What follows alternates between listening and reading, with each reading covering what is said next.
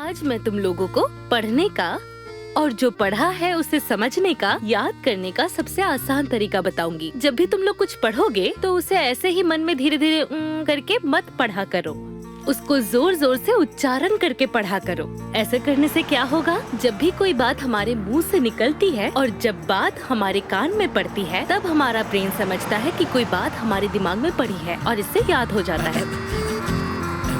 ठीक है ना? वो देखो कौन आए हैं।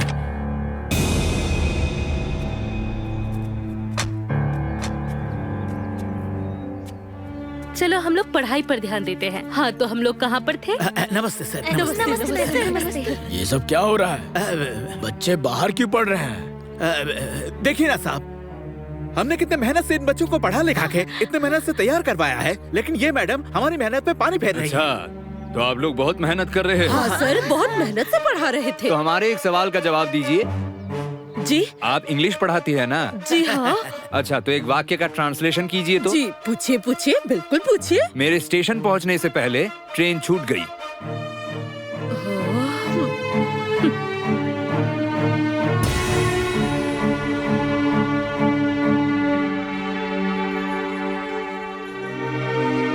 अरे साहब, आज तक मेरे साथ ऐसा हुआ ही नहीं कि मैं स्टेशन पहुंचूं और मेरी ट्रेन छूट जाए। तो आपको ट्रांसलेशन कैसे करके बताओ? बिल्कुल सही कहा है इसने। आप तो गणित के टीचर हैं ना? हाँ हाँ मैडम जी, मैं गणित की टीचर हूँ। ठीक है, तो फिर एक सवाल का जवाब दीजिए। मान लीजिए आपके दुकान में कोई 3 किलो आलू लेने गया। 1 किलो आलू का दाम अगर 6.5 रुपए है, तो 3 किलो आलू का दाम क्या होगा?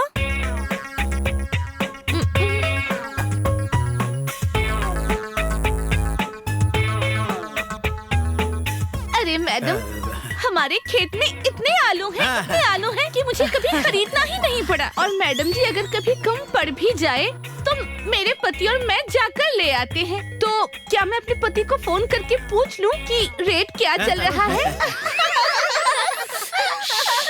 इनका क्या होगा? आप भूगोल टीचर है ना? हाँ सर। अच्छा, ये बताइए यमुना जी कहाँ बहती है? सर, ये तो बहुत आसान सवाल है, हम तो ऐसे ही बता देंगे। वो यमुना नदी जमीन से बहेगी सर। मानचित्र के बारे में कह रहा हूँ, जमीन की नहीं। सर, मैं बताऊं? नहीं नहीं, आप बोलिए। सर, अरे नक्शा पे बहेगी तो नक्शा भीग जाएगा ना। हाँ बिल्कुल सही। ठीक है, इनसे पूछ लेते हैं। पूछिए। All of them are same. All of them are fool. Excuse me, sir. I'm sorry, but you should not prejudge a person because of your own personal opinion. And you should not paint everybody with the same brush. आप हर किसी को एक तराजू में नहीं तोल सकते हैं, सर। क्या मैं आपसे पूछ सकता हूँ कि इन बच्चों को आप बाहर क्यों पढ़ा रही है? इसकी वजह तो मैं आपको नहीं बता सकती हूँ सर, लेकिन मैं इतना जरूर कहूँगी, इन बच्चों को शिक्षा का अधिकार है और इनकी शिक्षिका होने के नाते इन्हें शिक्षित करना मेरा कर्तव्य है। इसीलिए मैं अपने बच्चों को यहाँ पढ़ा रही हूँ और पढ़ाती रहूंगी सर। देखो, सीखो इनसे। 1 हफ्ता का समय दे रहा हूँ। अगर उसके अंदर मामला सब ठीक नहीं हुआ तो आप सबकी खैर नहीं, समझे? चलो बच्चों, पढ़ाई पर ध्यान दो। ये क्या लिखा है मैंने? अच्छा चलो मेरे साथ बोलो। What you sow, so shall you reap.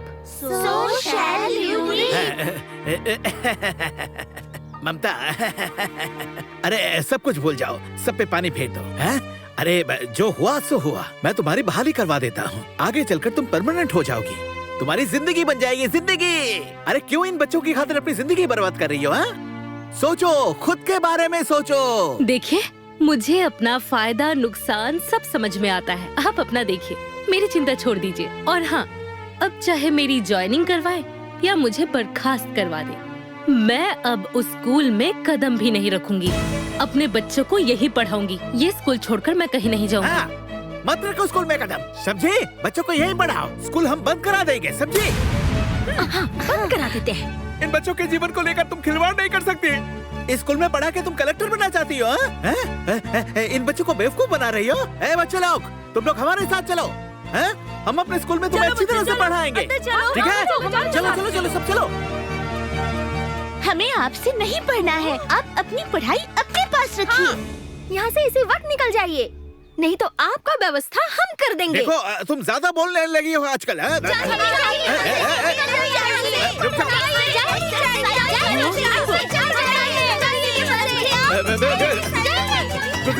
गुंडा बना दिया है बच्चों को।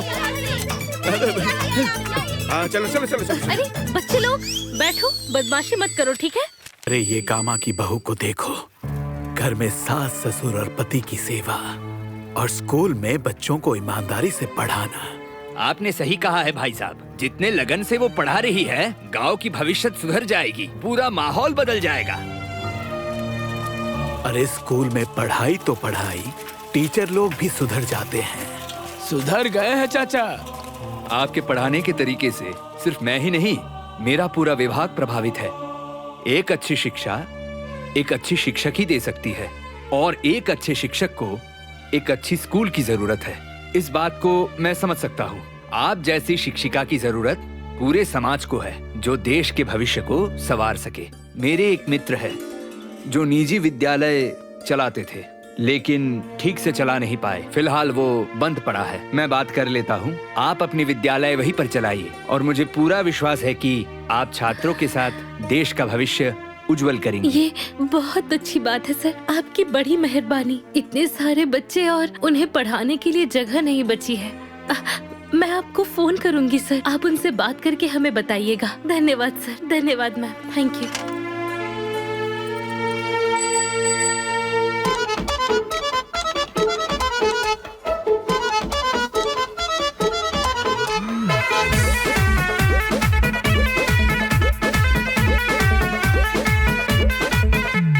मेहनत से झुकाती है वो कोई भी बड़ी समस्या को, लोग बड़ाई करते हरदम इनकी कठिन तपस्या को।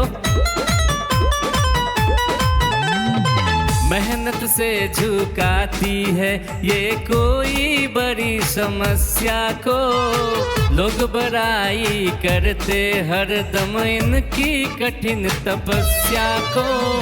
इनकी अलग है तौर तरीका, इनकी अलग है तौर तरीका, इनका अलग है विधि, ये साइकिल वाली। इस समय की सबसे बड़ी खबर, यूपी बोर्ड हाई स्कूल का रिजल्ट आ चुका है और बच्चों में खुशियों का लहर दौड़ चुका है और रिजल्ट अच्छा आया है। खास खबर ये है कि हाई स्कूल के तीनों टॉपर्स आजमगढ़ के सुरन गांव के एक निजी विद्यालय से थे। और आपको जानकर आश्चर्य होगा कि यूपी बोर्ड के हाई स्कूल परीक्षा में टॉप करने वाले जैसे फर्स्ट, सेकंड एंड थर्ड तीनों रैंक के बच्चे एक ही स्कूल के हैं। बता दें कि ये स्कूल साइकिल वाली दीदी के नाम से फेमस है, जो ममता जी चलाती हैं। और ये उनके मेहनत और परिश्रम का नतीजा है। उन्होंने ये सिद्ध कर दिया है कि मेहनत करने वालों की कभी हार नहीं होती। मैडम, आपके स्कूल में टॉप करने वाले टॉपर्स सारे बच्चे आपके स्कूल के हैं। आपको कैसा महसूस हो रहा है? मैं बहुत ज्यादा खुश हूँ, बहुत गर्व हो रहा है, बहुत खुशी महसूस हो रही है। मैम, इसका श्रेय आप किसे देना चाहेंगी? मैं पूरा श्रेय सिर्फ और सिर्फ मेरे अध्यापकों और अपने बच्चों को देना चाहती हूँ। अध्यापकों ने बहुत मन लगाकर बच्चों को पढ़ाया है और बच्चों ने उतना ही मन लगाकर पढ़ाई की भी है। रिजल्ट आप सबके सामने इस है। क्षेत्र में आपने इतना अच्छा कार्य किया है। सबसे ज्यादा सहयोग किसका रहा मैडम? इस काम में किसका किसका हाथ है? जी, सबसे ज्यादा सहयोग तो मुझे मेरे सास ससुर जी ने ही किया है। अगर वो नहीं होते तो शायद आज यहाँ तक पहुँचना असंभव था। और मेरे प्रेरणा के स्रोत मेरे पति ही है। ये खुशखबरी आप सबसे पहले किसे देना चाहेंगी? अपने पति को ही। उन्हें ये जानकर बहुत खुशी होगी कि आज हमारे विद्यालय के 3 बच्चों ने टॉप किया है। मैं उन्हीं के पास जा रही हूँ ये खुशखबरी देने। धन्यवाद। मैडम एक और सवाल। मैडम सुनिए ना, एक सवाल और बस। इतना बड़ा स्कूल, इतने सारे बच्चे, अभी भी आप साइकिल में चलती है? जनता आपसे पूछना चाहती है। ये साइकिल ही मेरी पहचान है। जी। मेरे बच्चे मुझे प्यार से साइकिल वाली दीदी कहकर बुलाते हैं और मैं अपनी इस पहचान को खोना नहीं चाहती। और दूसरी बात, मेरे पास उतने पैसे भी नहीं है कि मैं कार से चलूं। ये क्या कह रहे हैं आप? इतना बड़ा विद्यालय है आपके पास और आपके पास पैसे नहीं है? जी बिल्कुल, क्योंकि मैं विद्यालय चलाती हूँ, व्यापार नहीं करती।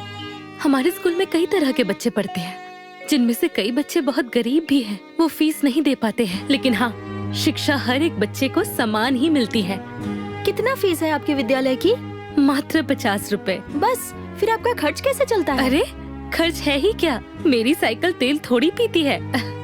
और बस मेरे पति की दवाई है। अच्छा, मेरे सास ससुर को 2 वक्त का खाना मिल जाए। अच्छा। इसके अलावा किसी चीज की आवश्यकता नहीं होती। कुछ पैसे बच ही जाते हैं, जिससे उन गरीब बच्चों की पढ़ाई होती है। चलिए अब मुझे जाने दीजिए, ये खुशखबरी अपने पतिदेव को सुनानी है।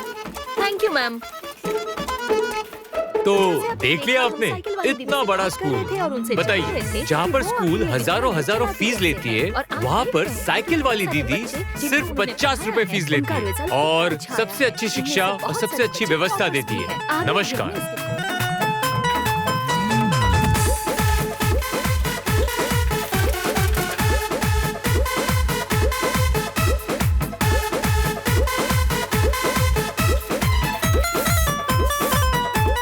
मम्मी जी प्रणाम। अरे जीती प्रणाम रहो पापा बेटी, जी। जीती रहो। मम्मी जी, पापा जी, आप दोनों को एक खुशखबरी देनी है। अरे कैसी खुशखबरी? अरे बताती हूँ, छोड़िए इसे। मम्मी जी आइए। अरे अपना बैग तो ले ले। आइए। हाँ चलिए, आइए। आखिर बात क्या है बताती बहू? हूँ। अरे बहू तो बताएगी आखिर बात बताती हूँ। तू इतनी अरे खुश क्यों बताओ है? तो हाँ? बहू। अरे कुछ तो बता। हाँ? मैंने इतने समय से जिस चीज के लिए तपस्या की थी, आज भगवान ने उस तपस्या का फल दिया है। अरे स्टेट में जो 3 बच्चों ने टॉप किया है ना 10वीं में, वो तीनों बच्चे हमारे स्कूल से पढ़े हैं। आप ठीक रहते ना तो देखते वो बच्चे लोग कितने खुश थे। अरे हाँ? अरे मम्मी जी, बहू बेटा सुनिए। उठ जाओ बेटा। हाँ, ये क्या हो गया? हाँ? बेटा बेटा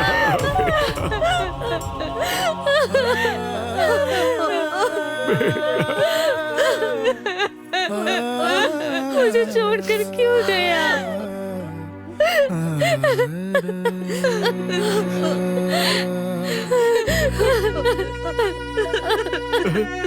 मेरा बेटा।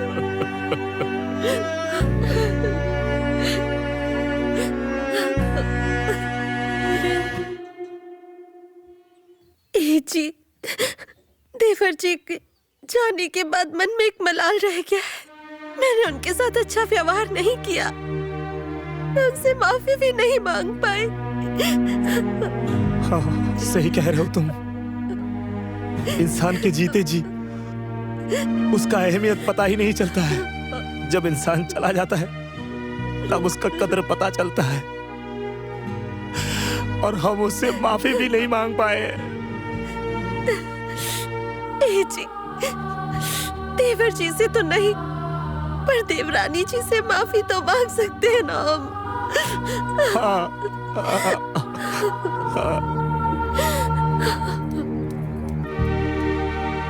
आज टीचर डे है, लगता है आज भी साइकिल वाली दीदी नहीं आएंगी। हाँ गोलू, सही कहा तूने।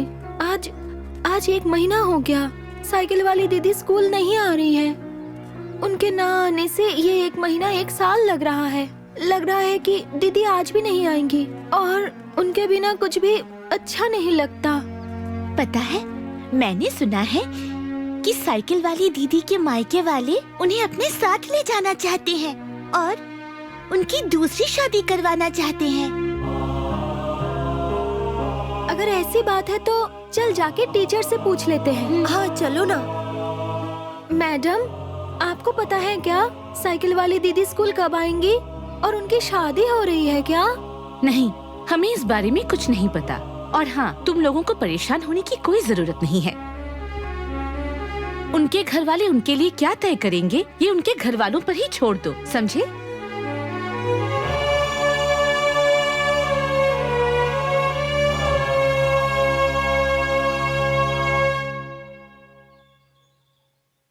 बेटा हम तुमसे पूछ नहीं रहे हैं। हम दोनों ने मिलकर ये फैसला कर लिया है और ये तुम्हारे भले के लिए है।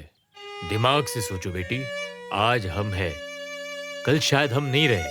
हम ऐसा नहीं सोचते अगर तुम्हारी कोई औलाद होती तो, लेकिन ये फैसला तुम्हारे भविष्य के लिए है। हम कोई बढ़िया सा घर, बढ़िया लड़का देख के तुम्हारी दूसरी शादी करवा देंगे। अब हमारे साथ चलो। बहू, हम दोनों तेरे साथ हमेशा नहीं रहने वाले। हमारे मोह में पड़कर तू अपनी जिंदगी बर्बाद मत कर। तुम्हारे बाबूजी सही कह रहे हैं। जब हम नहीं रहेंगे तुम्हारा सहारा कौन होगा? हम बनेंगे इनका सहारा। हम ही हैं इनके बच्चे। हाँ, साइकिल वाली दीदी हमारी माँ की तरह है और हम इनकी जिंदगी भर सेवा करेंगे। हाँ हाँ, क्यों नहीं, हम सब मिलके इनका सेवा करेंगे क्योंकि ये हमारी माँ जैसी हैं। हाँ हाँ, हम करेंगे इनकी सेवा। हमारी माँ जैसी हैं, हम सबकी सेवा करेंगे।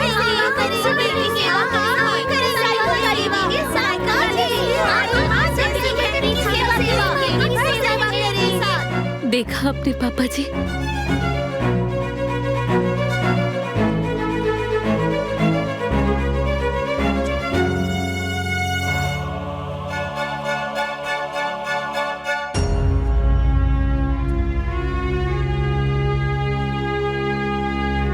मेरे इतने सारे बच्चे हैं पापा जी।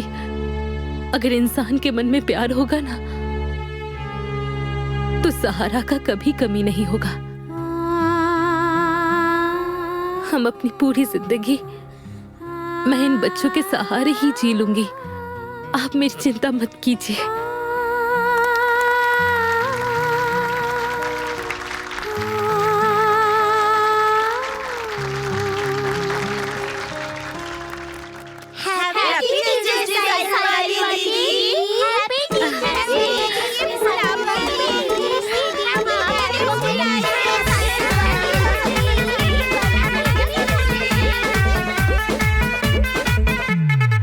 खुद से खुद पहचान बनाए, बच्चे लोग का ज्ञान बढ़ाए।